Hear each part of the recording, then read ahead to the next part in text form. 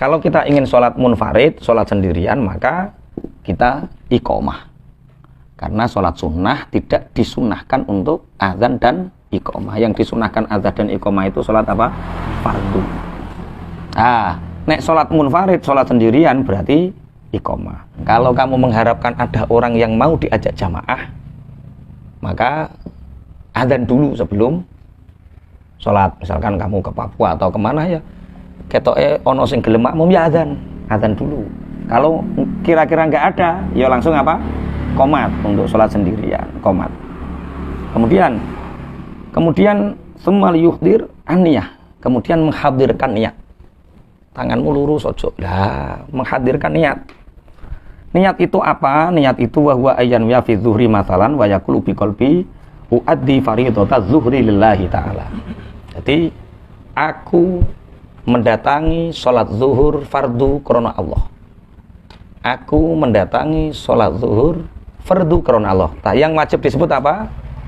Aku berniat.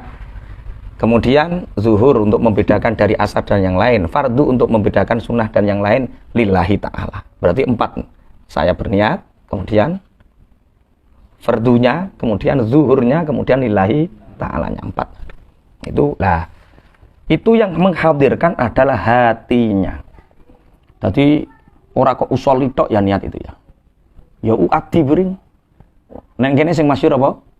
Usolli. Usolli saya berniat salat. Kalau boleh Kak, selain usolli boleh. Uati fardhu zuhri lillahi ta'ala. Boleh.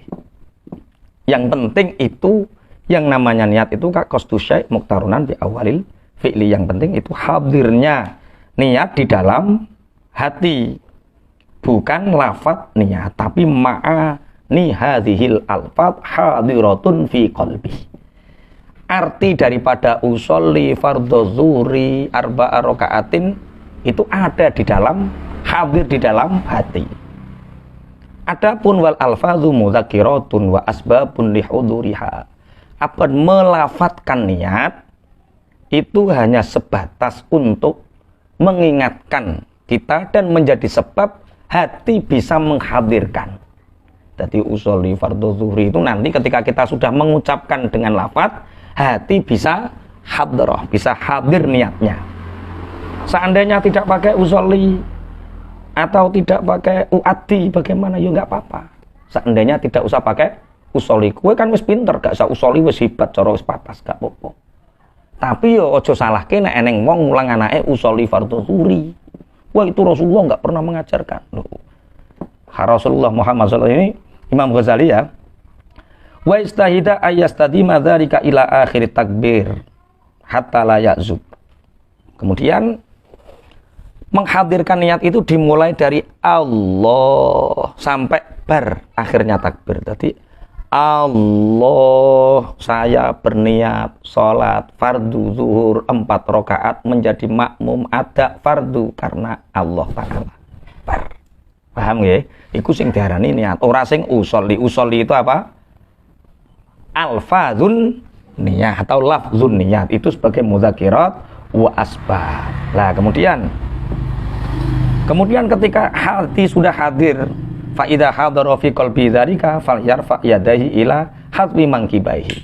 Nah, ini yang agak beda pemahaman hadis ila hadwi mankibaihi. Eneng sing sejajar dia Allah ngene, ini Allah ngene. Nah, nek kowe piye nek kowe? Oh, itu gaya baru yo. Ana sing hadwi mangkibah itu sejajar pundak. Allahu Akbar sing ngene. Ning Allahu Akbar sing benggang ngene. Nah, kita pendapatnya Imam Ghazali ya. Bihaitsu yuhadhi bikaffaihi mangkibaihi wa bi ibhamaihi syahmatai uzunaihi. Maksudnya sejajar hadwi mangkibai, sejajar kedua pundak, yaitu dengan melepaskan kedua tangan sekiranya jempol tangan, mana jempol tangan? Jempol tangan itu diangkat menyentuh gedoh itu bahasa Indonesianya apa? Daun telinga kedua jempol tangan menyentuh daun telinga. Jadi yang sejajar itu ininya. Jadi jari-jarinya, paham? Jempol menyentuh gedong telinga, daun telinga. Paham ya? Nah, ini Ihya halaman 153 ya, bisa dicek. Kemudian wa bi ru'usi asabihi ru'usa udhunaihi. Dan jari-jari, pucuk jari-jari ini sekiranya sejajar dengan pucuk telinga. Oke. Jajal. Allah, niatnya di dalam hati. Allah, takbiratul ihram. Allah. Nah, jempol menyentuh daun telinga, jari-jari sejajar dengan telinga. Kemudian sampai berdisik ben paham. Kalau kamu mempraktekkan seperti itu, liyakuna jami'an bainal akhbari alwarida fihi, agar kamu itu menyesuaikan dengan beberapa hadis yang didatangkan dengan mengangkat tangan ini.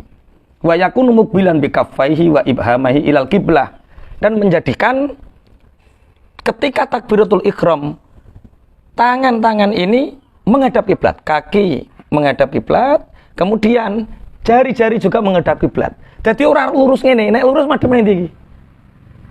Mendhuwur. Nek lurus madhep ndi? Mendhuwur. Lah piye carane? Wis diterusno dhisik iki. Kemudian wa yabsutul asabi awala yakbiduha wala yatakallafu fiha tafrijan wala dhamman bal yatrukuha ala muqtadha tabaiha. Kemudian jari-jari ini tidak boleh dirapatkan dan juga tidak boleh dipenggangkan.